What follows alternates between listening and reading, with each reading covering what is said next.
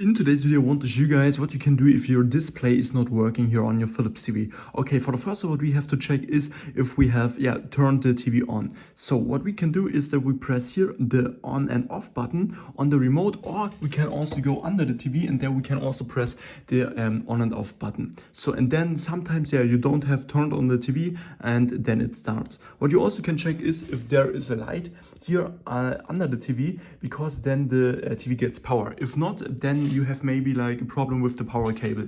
So what we can do in the first step is that we unplug the power cable, then wait like 2 minutes and then you can plug it in again. Okay, and after we have done this, then we can look if we have like selected the wrong input or like the wrong source. So what we can do is that we press here the source or input button, and then here we can select like different inputs. So you see this here, and if we have like selected HDMI1, then we don't have like a picture or something, and then we can easily change this here. So if the display is not working at all, so if this is like turned off or something, then what we also can do is that we go on the back of the TV, and there we have like a different devices we have connected to the TV. So what we can do is that we unplug everything, so disconnect everything, every device from the TV, because sometimes these devices we have connected to the TV can block the display, or can also block the start or something. So what we have to try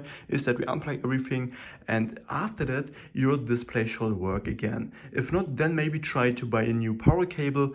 This would help a lot. Okay, and after that your problem should be fixed. If I could help you with the video, then please leave a like and subscribe, and see you next time.